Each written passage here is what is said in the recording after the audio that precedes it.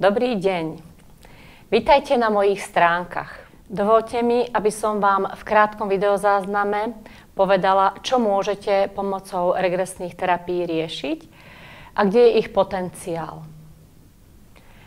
Volám sa Dáša Šmikniarová a regresným alebo teda emocionálnym terapiám sa venujem už niekoľko rokov. Regresná terapia je návratovou terapiou a ponúka návrat do prítomnosti. Aby sme uvoľnili bloky a emocionálne dotknutia, ktoré nás držia v minulosti, prípadne nežili v budúcnosti. To, čo klient vidí ako problém vo svojom živote, je len ukazovateľom na problém. Regreska je zameraná na riešenie problémov, dáva klientovi priestor precítiť, čo je skutočným problémom, čo je skutočnou príčinou jeho problému. Kedy sa problém začal, čo sa ním učí, hľadá to svoje miesto v probléme, prijatie problému a cestu riešenia svojho problému. Ja ako terapeut vedome obraciam zrak klienta z vonkajšieho sveta dovnútra, do jeho vnútorného sveta, pretože všetky informácie, ktoré súvisia s jeho problémom, si nesie v sebe. V tom je regresná terapia práve jedinečná, že je nehypnotická a využíva dar našej psychiky, dar spomenúci na všetko, čo sme zažili a zostalo uložené v našom podvedomí. Preto aj svoj problém môže riešiť len každý za seba.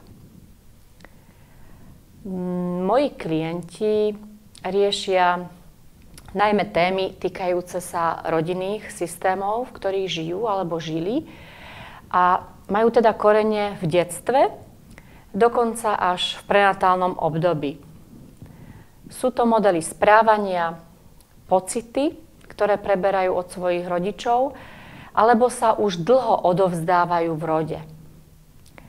Neskôr sa potom v ich živote prejavujú, najmä v partnerských vzťahoch, vo vzťahoch k iným ľuďom a k sebe samému. Sú prípady z praxe, kedy sa deti stavajú ako keby do role partnerov niektorému z rodičov, dávajú mu oporu, dávajú mu pozornosť pri riešení jeho problémov v jeho vzťahoch.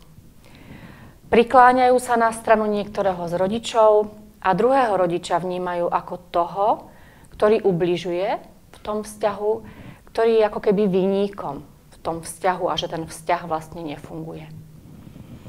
Iní klienti majú pocit, že ich rodičia neprijali, že nedostali oporu, dostatok pozornosti, alebo majú pocit, že dostali príliš veľa pozornosti.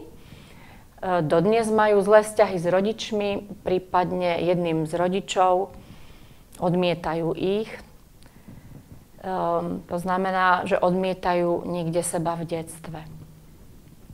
Neskôr nemajú silu na svoje vzťahy, na tvorbu so svojím partnerom, silu počať dieťa, inklinujú k rovnakému pohlaviu, riešia sebahodnotu, nevedia sa rozhodovať, nevedia prijímať a dávať, sú na niečom alebo na niekom závislí, cítia nenaplnenie celkovo v živote, nevedia hovoriť o tom, čo cítia, o svojich pocitoch, potláčajú svoje pocity.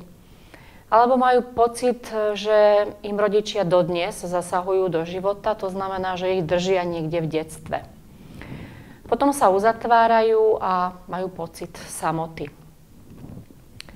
V partnerskom vzťahu často riešia neveru, neporozumenie, nedostatok komunikácie, ponižovanie partnerom, sexuálne znechutenie či odcudzenie a celkové nenaplnenie v tom partnerskom vzťahu, ktorý momentálne žijú. Tým, že naše telo je odrazom našej psychiky, tieto bloky a pocity klienta, ktoré si nesie z minulosti, sa môžu prejavovať psychosomaticky a spôsobovať napríklad kožné problémy, bolesti hlavy, problémy s chrbticou, problémy v pohlavnej sfére alebo zajakávanie. Potom sú témy alebo okruh tém, ktoré majú korene ďalej v minulosti. Vtedy klienta vediem niekde na začiatok tej prvej udalosti, zase k príčine, tam k sebe, kde sa to celé začalo, aby mohol uzavrieť to koliečko utrpenia, ktoré doteraz žil. Každý problém klienta je vlastne nerovnováhou mužsko-ženských atribútov, nerovnováhou medzi srdcom a rozumom. V terapii sa klient dostáva do rovnováhy práve tým, že spája srdce s rozumom. Viac informácií a kontaktné údaje nájdete na mojich stránkach. Ak máte otázky, môžete mi napísať. Ak sa rozhodnete prísť na terapiu, je dôležité a potrebné vedieť pomenovať tému, ktorej sa chcete venovať a dopredu si dohodnúť termín. Ďakujem vám, aj sebe a prajem pekný deň.